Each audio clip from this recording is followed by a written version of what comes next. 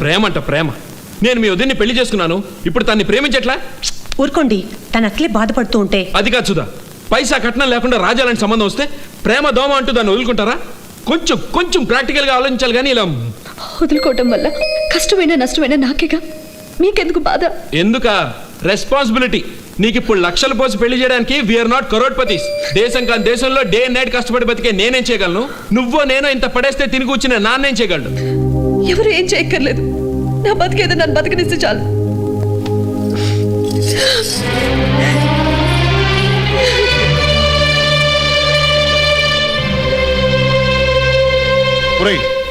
దాన్ని ఎందుకు బాధ పెడతావు? దానికేం తక్కువని దర్జాగా ఉద్యోగం చేసుకుంటూ మహారాణిలా బతుకుతుంది. హంస ఊరుకోమ్మా, ఊరుకో. వదినా, నేను ప్రేమించి పెళ్లి చేసుకోవాలనుకున్న మనిషి నన్ను ప్రేమించాలనుకోవటం తప్పంటావా? ప్రేమంటేనే తెలియదని తేలిగ్గా చెప్పేసిన అతన్ని పెళ్లి చేసుకున్నట్టు పొరపాటు అంటావా? హంస, నీ బాధ నాకు అర్థమైందమ్మా. నువ్వు ఇక్కడ డిప్రెషన్లో ఉండటం కంటే మాతో అమెరికా వచ్చేయడం మంచిదేమోనమ్మా. వదినా, నీకు మంచి జాబ్ చూస్తాను, మాతోనే ఉందో కానీ అక్కడ నీకు నచ్చిన వాడు దొరికినప్పుడే పెళ్లి చేసుకోవచ్చు. ముందు వీసా కోసం అప్లై చేయి. వదినా, చిన్నప్పుడే అమ్మని పోగొట్టుకున్నాను. అమ్మ ప్రేమంటే తెలియదు నాకు. మొదటిసారిగా నీతో మాట్లాడుతుంటే అమ్మ నా దగ్గరే ఉన్నట్టు అనిపిస్తుంది. హంస, నువ్వు నన్ను అర్థం చేసుకున్నందుకు థ్యాంక్స్ వదినా, చాలా థ్యాంక్స్. బంగారు బొమ్మలాంటి ఆడపిల్ల గుమ్మం దగ్గరికి వస్తే తలుపులు మూసేసుకోవడం ఏమిటి? కర్మ కాకపోతే కాఫీ. పోనీ సంజుకి ఇంకోసారి చెప్పి చూస్తే. చెప్పినా వినడోయ్, విన్నా వాడికి అర్థం కాదు. ఈ లోకంలో ఏ కొడుకైనా తండ్రి మాట రైటు అని అర్థమయ్యేటప్పటికి వాడిది తప్పు అనే కొడుకు వాడికి పుడతాడు. అమ్మా కాఫీ. కాఫీ అమ్మా.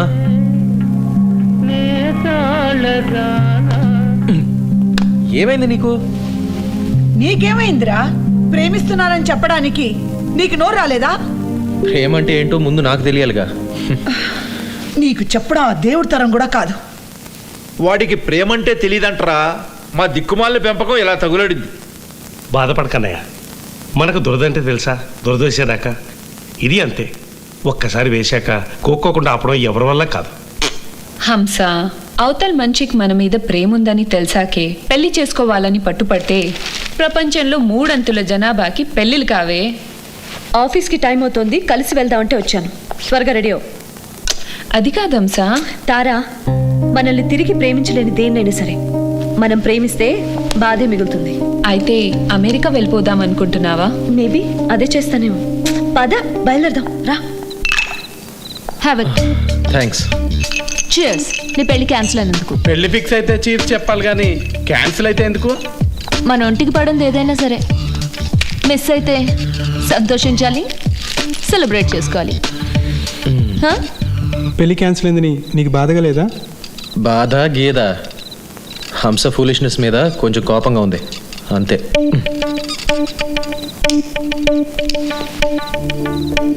అయినా ఇన్ని సంవత్సరాలు ఇంత ఇండిపెండెంట్గా ఇంత ఇండివిజువల్గా బతికిన తర్వాత ఎవరి ఒళ్ళోనో తలపెట్టి నువ్వంటే నాకు ప్రేమ, నువ్వు లేకుండా నేను బతకలేను అంటాం ఎంత సిలిగా ఉంటుంది. What a coincidence. ఇవాళ వ్యాలంటైన్స్ డే. లవర్స్ అంతా సందడి చేసుకుంటున్నారు, మనమేమో ఇక్కడ సెటిల్ అయిపోయాం. వెళ్ళి వాళ్ళను పట్టుపడదాం. కమాన్. అవును, ఐడియా బాగుంది. Let's go.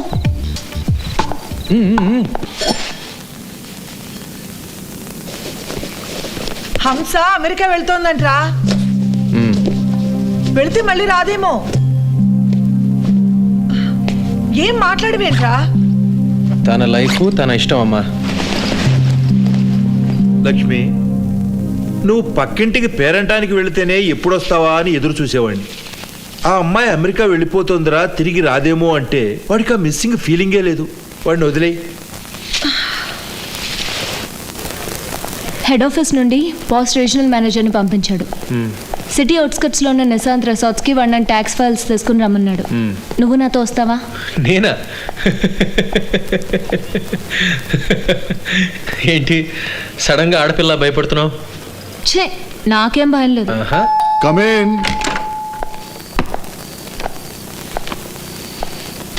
Good evening sir. Hi Maya, come on set. మీరు అడిగిన ఫైల్. హో అదే, మార్నింగ్ చెక్ చేస్తాను, నువ్వు వెళ్ళేటప్పుడు తీసుకెళ్తుగా. What will you drink? I have wine, scotch, whisky, brandy, anything you want. నేను అర్జెంట్గా వెళ్ళాలి. ఏంటి బాస్తో కూర్చుని మందలా కొట్టాలని ఫీల్ అవుతున్నావా, లేక క్యాలరీస్ ఎక్కువయ్యి కొవ్వు బాగా పెరిగిపోతే ఫిగర్ దెబ్బతింటుందని ఆలోచిస్తున్నావా? నీకు ఒక విషయం తెలుసా? 30 సెకండ్లు ముద్దు పెట్టుకుంటే 30 క్యాలరీలు కరుగుతాయి అంట. 3 నిమిషాలు గట్టిగా కౌగిలించుకుంటే 100 క్యాలరీలు కరుగుతాయి అంట.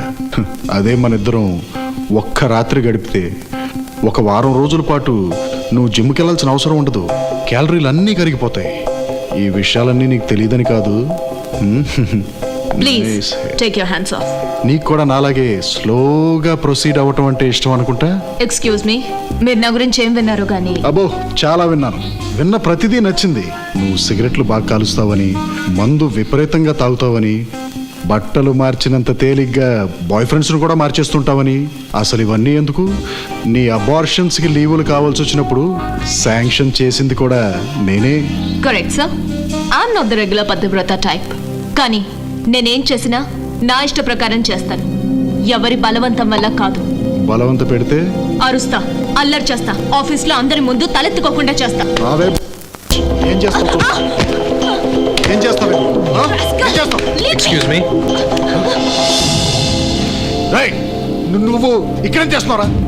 తమరి ఆఫీస్ పని ఎలా జరుగుతుందో చూద్దామని వచ్చాను. ఏంట్రా నువ్వు చూసేది? ఏం నువ్వు చూసేది? వెళ్ళ వెళ్ళ.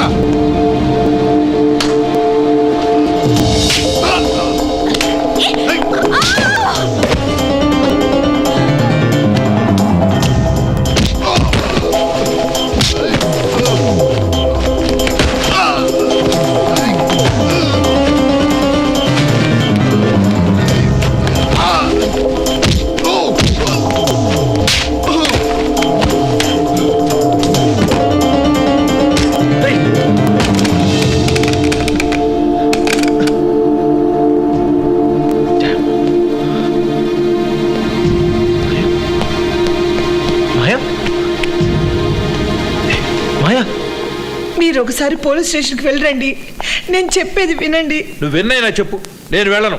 వాడు ఆ లాకప్లోనే ఉండాలి, అప్పుడు కానీ వాడికి బుద్ధి రాదు. ఏమిటండి మీరు? ఏమైంది అంకుల్? ఇది బయటకు చెప్పుకునేంత గొప్ప విషయం ఏం కాదులేమ్మా. దాని లాకప్ లో ఎందుకున్నట్టు? ఏం జరిగింది? పోలీసు రైడింగ్ లో ఊరు బయట ఓ లాడ్జిలో ఓ అమ్మాయితో, అదే ఆ దిక్కుమాలిన మాయతో దొరికిపోయాడట. చిచ్చి. వీడి బ్రతుకు అది శనిలా దాపరించింది. అసలు దాని వల్ల పడే వీడు పెళ్లి కూడా మానేస్తుంటాడు. ఊరుకోండి ఆంటీ, అదంతా నిజమే ఉండదు. ఏది ఏమైనా వాడు పోలీస్ స్టేషన్ లో ఉన్నాడన్నది పచ్చి నిజం. అయితే వెంటనే పోలీస్ స్టేషన్కి వెళ్దామా? ఇంతకు ముందు ఎవరికో అన్యాయం జరిగిందనో, ఎవరినో కాపాడటానికనో పోలీస్ స్టేషన్కి వెళ్ళేవాడు. అప్పుడు నేను వెళ్ళిన అర్థం ఉండేది. వాడు ఇలాంటి దిక్కుమాలిన పని చేశాక నేను ఏ ముఖం పెట్టుకుని పోలీస్ స్టేషన్కి వెళ్ళను. దరిద్ర పని చేశాడు. చిచ్చి. పోనీ నాతో మీరు వస్తారా ఆంటీ? పోలీస్ స్టేషన్కా? ఆయనే వెళ్ళినప్పుడు ఇంత రాత్రి వేళ ఆడదాన్ని నేనెలా రాగలనమ్మా?